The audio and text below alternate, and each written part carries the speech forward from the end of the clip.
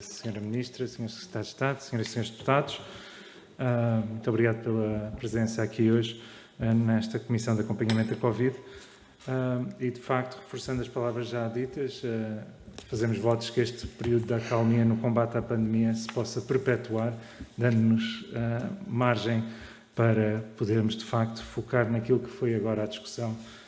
É a recuperação, no fundo, das dificuldades que temos sentido na assistência aos doentes não Covid. Mas antes de entrar nesse tema, ainda falando sobre a pandemia, há uma questão, até fruto da reunião que tivemos hoje do Infarmed, que creio que ficou por esclarecer, que tem a ver com a matriz que o Governo acabou por adotar, que utiliza duas métricas principais, do RT e aquilo que é a taxa de incidência de novos casos. Senhora Ministra, a pergunta que faço é: quais são as medidas que devemos esperar caso partes do território passem para o amarelo e para o vermelho, em termos de medidas concretas, que é um aspecto que nós não temos tido resposta clara até o momento? E pondera ao Governo poder desconfinar, ou melhor, confinar se necessário, impondo medidas restritivas por regiões, se verificarmos que partes do território têm realidades assimétricas. E se, nesse contexto, não faria sentido voltarmos a publicar as taxas de incidência por concelho numa base diária no boletim diário? Muito obrigado. Senhora Ministra, por favor.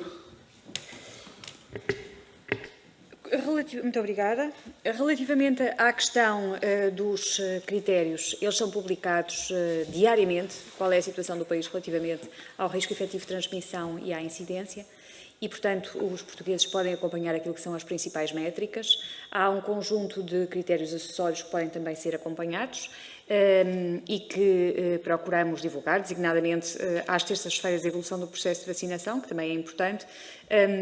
O boletim diário traz também aquilo que é a informação sobre o número de internamentos.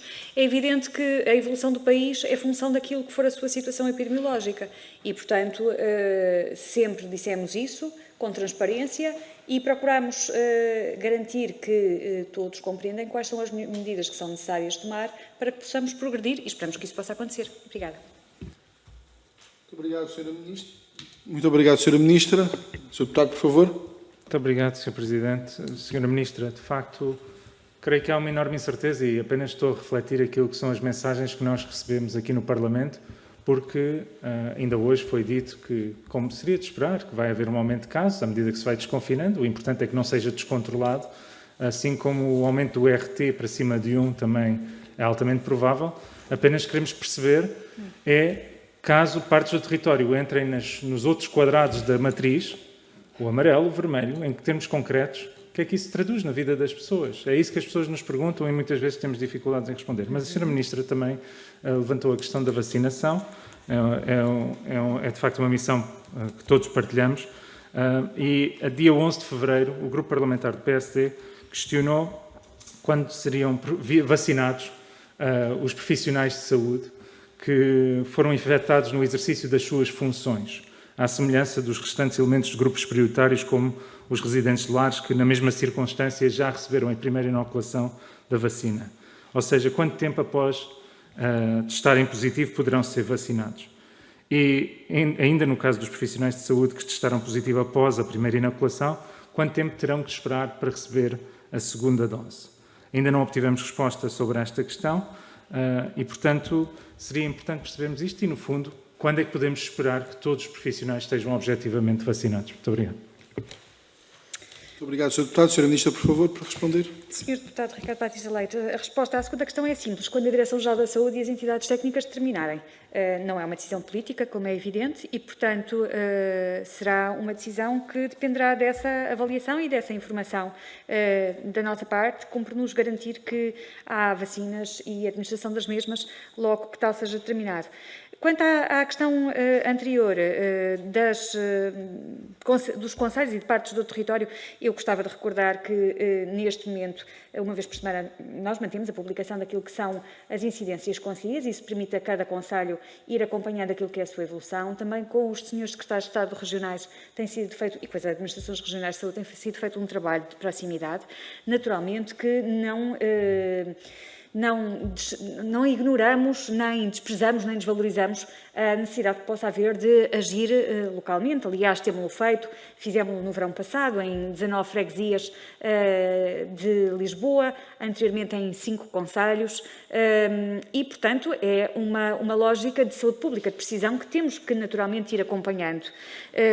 Gostaríamos de poder garantir que o país tem uma evolução neste momento ainda de abertura que mantém algum alinhamento. Naturalmente, se for necessário fazer retrocessos, procuraremos primeiro que eles sejam mais cirúrgicos e o mais limitados possível. Muito obrigada.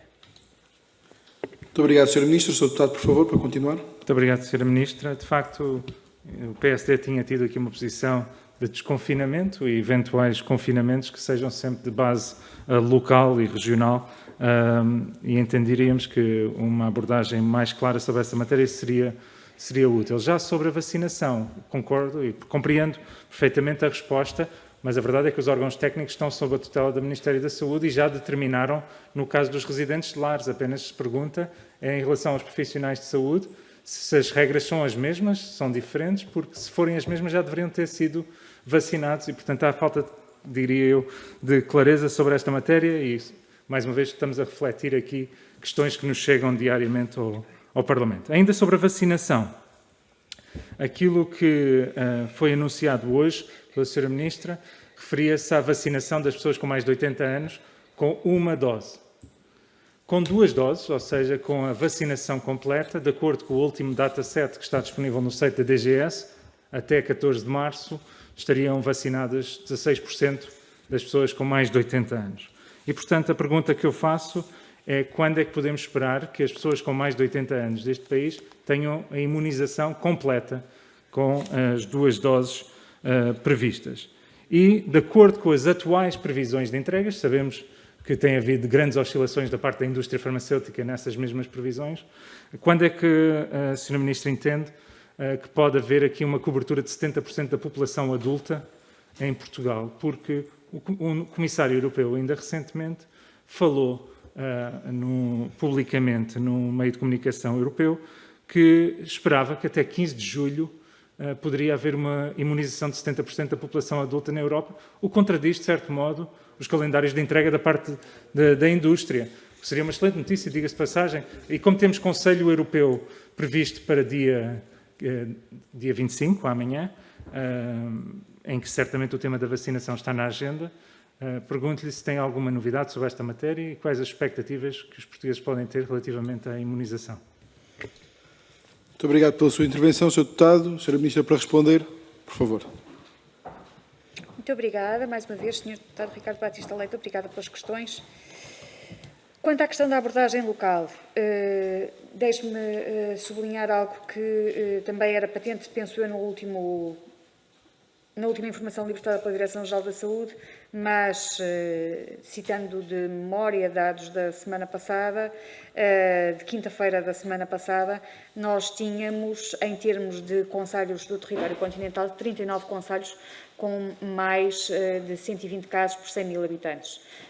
Destes 39 concelhos havia um que, pela sua baixa densidade populacional, se situava no patamar acima dos 480, entre os 480 e os 960, e, portanto, que estava numa situação mais complexa. Diligenciamos no sentido da ação do Departamento de Saúde Pública respectivo junto dos agentes locais para que esta situação, que decorria maioritariamente de um surto num território de baixa densidade, fosse acompanhada e tratada e enquadrada, e o mesmo faremos e começamos a fazer, estamos a fazer nos outros 38 concelhos, sendo que temos concelhos muito diversos, temos concelhos muito populosos, onde este tipo de estratégia de intervenção é mais difícil e onde continuamos a perseguir a abordagem de identificação de surtos e de controle dos surtos e de consideração dos surtos como extintos, e outros concelhos onde, de facto, a situação é distinta por força também da densidade populacional. Mas isto para lhe dizer que privilegiamos também esta abordagem local, que Aquilo que fizemos neste momento, porque todo o país tinha critérios para tal, foi iniciar o desconfinamento numa lógica de encontrar um território continental, que tinha todo as mesmas condições, basicamente, e que, portanto, nos cumpre, sobretudo, garantir que mantém essas mesmas condições para poder avançar também nesse sentido que queremos que seja positivo. Mas isso depende de todos e de cada um de nós e do esforço dos territórios também e, uma vez mais, as intervenções cirúrgicas poderão ser necessárias por serem as mais proporcionais. E, portanto, estamos sempre atentos a essa necessidade. Relativamente à questão das expectativas da imunização e à imunização em concreto, porque relativamente ao tema da vacinação dos profissionais de saúde após infecção, permanece neste momento a informação da Direção-Geral da Saúde sobre esse tema para ser concretizada.